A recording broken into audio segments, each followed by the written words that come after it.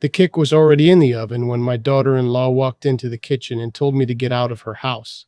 I remember the smell of brown butter and vanilla. I remember the way the afternoon light came through the window above the sink. That same window where I used to stand washing dishes when this was still my son's childhood home, before everything changed. I remember thinking, don't say a word. Not yet. Did you hear me, Gerald? She said. I said, get out. I turned off the oven timer. I folded the dish towel. I left. I want you to understand something before I tell you the rest of this story. I am not a man who holds grudges. I spent 31 years as a high school history teacher in Dayton, Ohio. I coached JV baseball for 12 of those years. I have refereed more arguments between teenagers than I can count, and I have always believed, genuinely believed, that most conflicts come from people not truly listening to each other. My late wife, Carol, used to say I was too patient for my own good. She was probably right. She usually was. But patience and weakness are not the same thing. It took me a long time to learn that difference. My daughter-in-law taught it to me. Her name is Renee. She came into our family 7 years ago when my son Tommy, I still call him Tommy even though he hates it, brought her home for Thanksgiving. She was sharp, ambitious, always talking about opportunity and leverage and market positioning. I didn't understand half of what she said, but she seemed to make Thomas happy, and that was enough for me. Carol had passed 2 years before. Thomas was all I had left.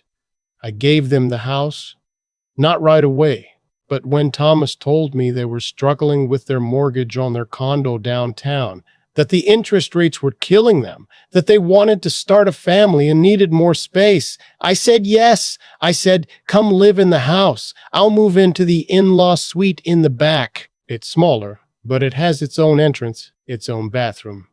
It'll be fine. Carl and I had paid off that house in 2009. It was ours, free and clear. 3 bedrooms, a yard with a maple tree that turned orange every October, a kitchen big enough to actually cook in. I raised Thomas in that house, taught him to ride his bike in that driveway.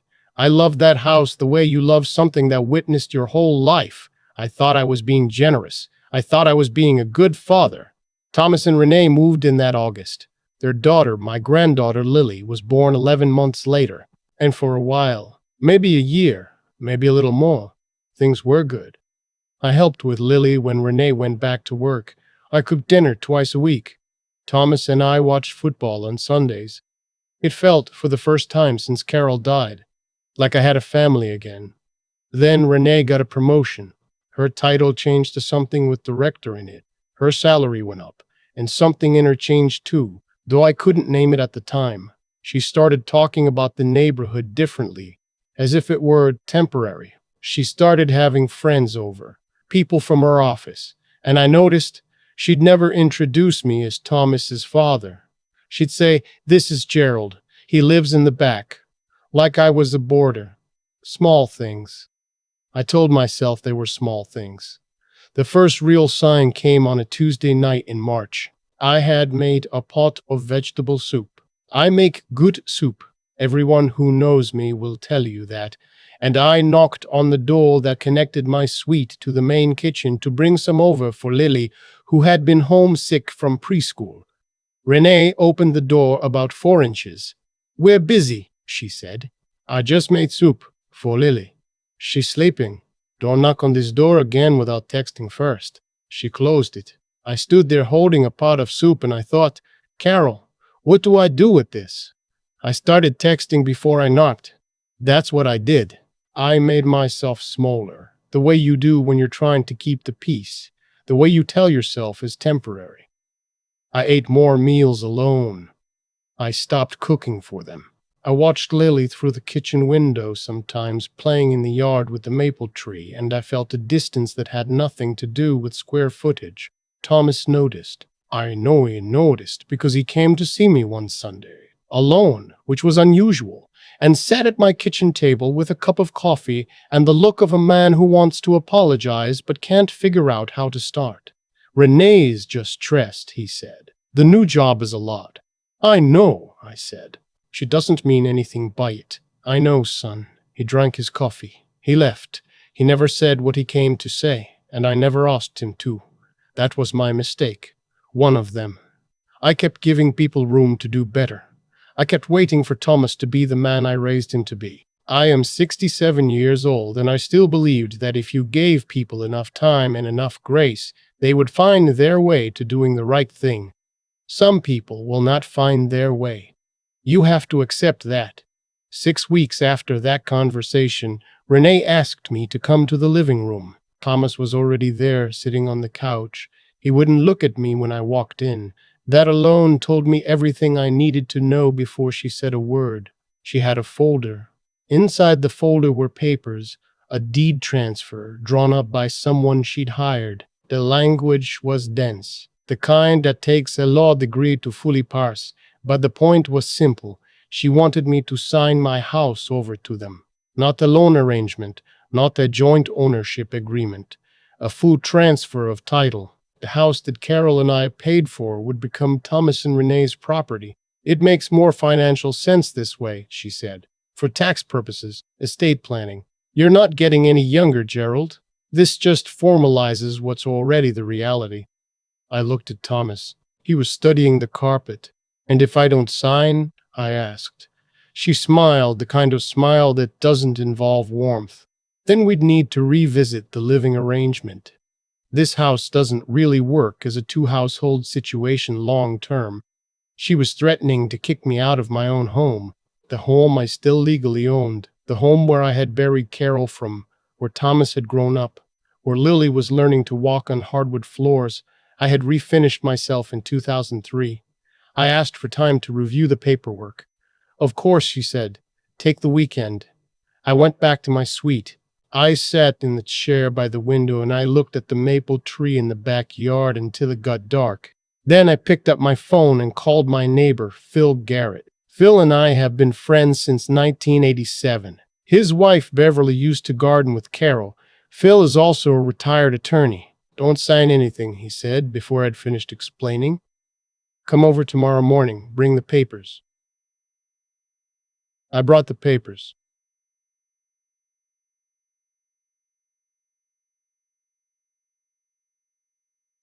Phil sat across from me at his kitchen table with reading glasses on and his coffee going cold, and he read every page. When he was done, he set the papers down and looked at me over his glasses and said, Gerald, you understand that you don't have to do anything. This is your house. You own it. No one can make you sign this. I know, I said. Do you? He wasn't being unkind, because it sounds like you've been living like a tenant in your own home for the better part of a year. He was right. I had been. And I had been so focused on keeping the peace, on not disrupting Thomas's marriage, on being near Lily, that I had let it happen one small accommodation at a time. Phil asked me what I wanted to do. I thought about it for a long time. I thought about Carol, who never let anyone diminish her quietly. I thought about Thomas and what he needed, which was different from what he wanted. I thought about Lily, who was 3 years old and had not chosen any of this. I want to handle this correctly, I said. Not out of anger, correctly. Phil nodded. Then let's start with a real estate attorney. What happened in the next 2 months, Renee did not know about. Thomas did not know about. Almost did not know about. Almost no one knew about. I contacted an attorney named Patricia Walsh, Phil's former colleague, and she helped me understand exactly what my rights were. I also, quietly, called my accountant, a man named Robert, who had handled my finances since Carol was alive. I asked Robert to pull together something he had mentioned to me years earlier, and I had never followed up on, a revocable living trust. If the house was in a trust, the transfer Renee wanted would become significantly more complicated, and her plan to pressure me into signing would be essentially worthless. Robert connected me with a trust and estate attorney. Within 6 weeks, my house was placed in a revocable living trust. I was the trustee. Lily was named as a future beneficiary. The paperwork was filed quietly, correctly, and completely legally. I told no one. I still knocked on the door every morning before coming into the kitchen. I still texted first. I still ate most of my dinners alone. Renee thought I was considering her proposal. She brought it up twice more, gently, in the way of someone who believes the pressure is working. I'm still reviewing, I told her each time.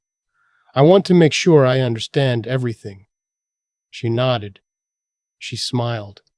She believed she had the advantage. What I had in those 2 months was time, and I used it differently than she expected. I reached out to Thomas's employer. I know the name of his company. I know people in that industry. I have been a part of Thomas's life since before he could form sentences. Through a mutual acquaintance, I learned something that made the situation considerably clearer. Renee had already been telling people, colleagues, friends, that they owned the house in Dayton outright. She had been representing it as an established fact. She had been building her financial and social identity on an asset she did not own and had not yet acquired. I am not a vindictive man, but I am a precise one. Carol used to say I was the kind of person who, when I decided something was over, went about ending it with the same methodical calm I brought to grading papers. She meant it as a compliment. I decided it was time. I called Thomas and asked him to bring Renee to dinner on Saturday night. I said I had thought about the papers. I said I wanted to talk as a family. Thomas sounded relieved. That particular relief of a man who has been dreading a conversation and thinks he's about to be let off the hook. Just us, he asked. And a couple of people I'd like you to meet, I said. Friends of mine. I think it'll be good. He didn't ask follow-up questions. Renee, I am sure, told him this was the moment I would sign. She had been patient. She had applied pressure. She had issued what she believed was an ultimatum. And now the old man was coming around. I spent that Saturday cooking.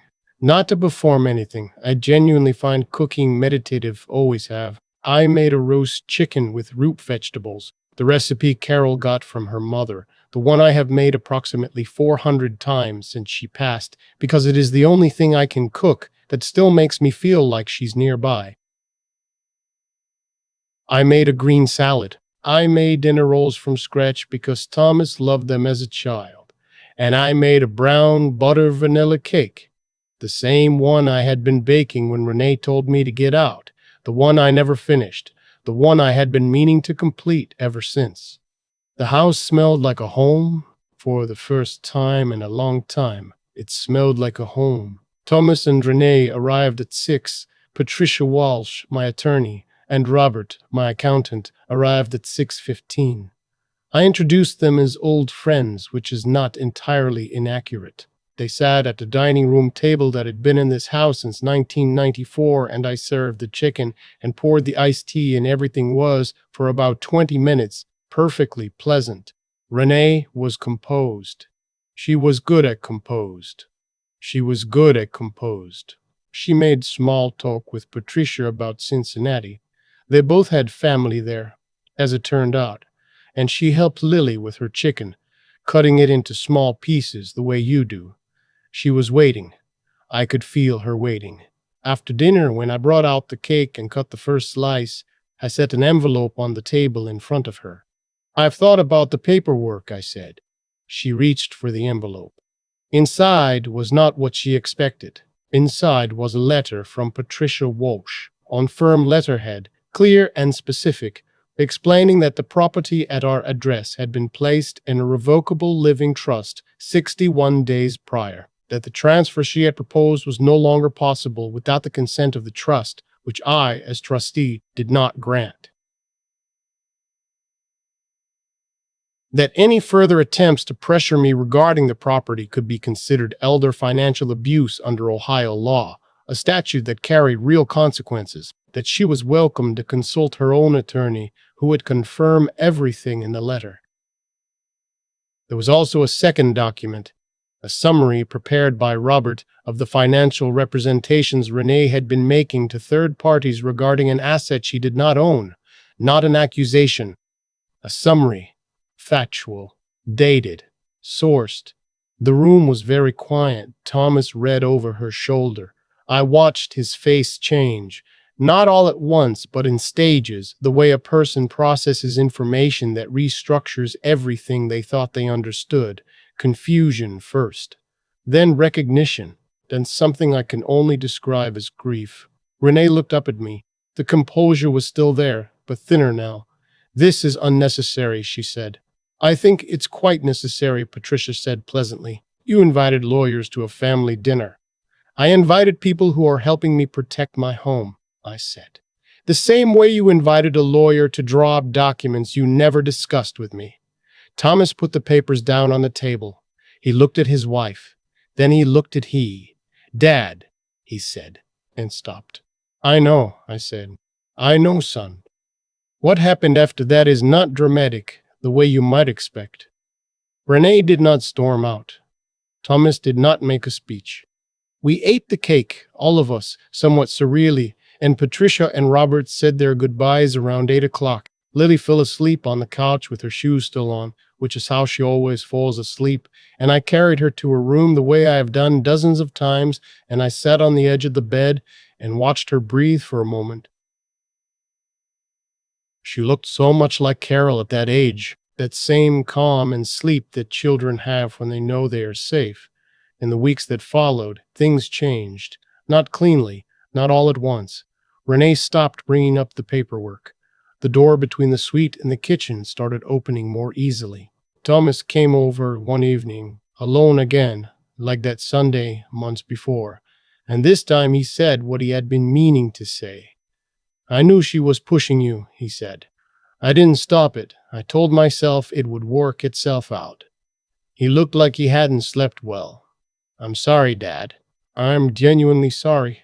I thought about all the ways I could respond to that, all the things I could say about what his silence had cost me, about the nights I ate alone in a house that had my name on the deed, about the way it felt to be managed out of my own life by someone who smiled at me while she was doing it. Instead, I said, 'I know you are.' And I meant it. He was my son. He was Carol's son. And people can learn if you give them the right circumstances to learn in." 6 months later, Thomas and Renee moved into a house of their own, a reasonable 3-bedroom in Kettering, 20 minutes away. We did not have a blowout fight. Renee and I never reached the kind of understanding that makes for a warm story. But the anger is gone from the rooms. What's left is something quieter and more honest. I had Lily over last Saturday. We made soup together. She is 4 now and very serious about stirring. She stood on her step stool and stirred the pot and announced that it needed more of the green stuff, which it did. She was right. She is often right in the uncanny way that small children sometimes are. After she went home, I sat at my kitchen table in the house that is mine, in the trust that protects what Carol and I built, and I had a piece of leftover brown butter cake, and I thought about the question I get asked most often by people who know the story. Was it worth it? Here is what I know. I did not act out of anger. I acted after 60 days of careful, patient, methodical work, the same way I approached anything worth doing. I protected something real. I kept my dignity. I kept my relationship with my son, imperfect as it is, and I kept Lily in my life, which was the thing I could not have survived losing. That's not revenge. That's just a man who finally stopped making himself small for people who had stopped deserving it. The maple tree in the backyard turned orange again this October. Same as it always does. I raked the leaves on a Saturday morning with the radio on, and it felt like exactly what it was. A man in his own yard on a fall morning with nowhere better to be.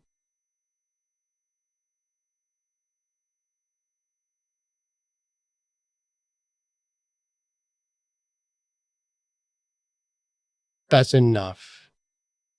That's more than enough. I've had a lot of time to sit with what happened, not to rehearse it, not to feel proud of it, just to understand it. And here is what I keep coming back to.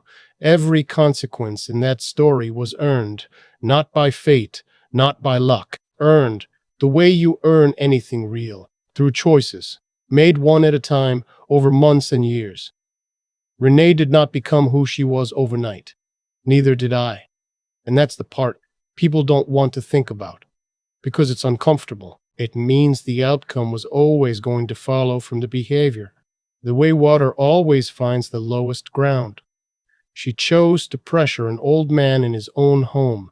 She chose to let greed rewrite her sense of what was acceptable. And Thomas, my son, my boy, chose silence when he should have chosen his father. Those were not isolated moments.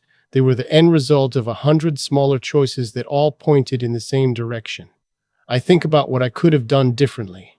I think about all the times I made myself smaller, knocked and waited, texted before entering a room that had my name on the deed, ate alone in a house full of people. I was trying to preserve something. The peace, the proximity to Lily, the idea of family. But what I was actually doing was teaching everyone around me what I would tolerate. And people, given the chance, will always believe the lesson you teach them by your actions over anything you say out loud. That's not a moral judgment. That's just how it works. What changed things was not anger. I want to be clear about that. I was not angry when I called Phil. I was not angry when I sat with Patricia and Robert and built piece by piece something Renee could not dismantle. I was clear. There is a difference between anger and clarity. And I think most people confuse them because they often arrive at the same time. Anger wants to wound.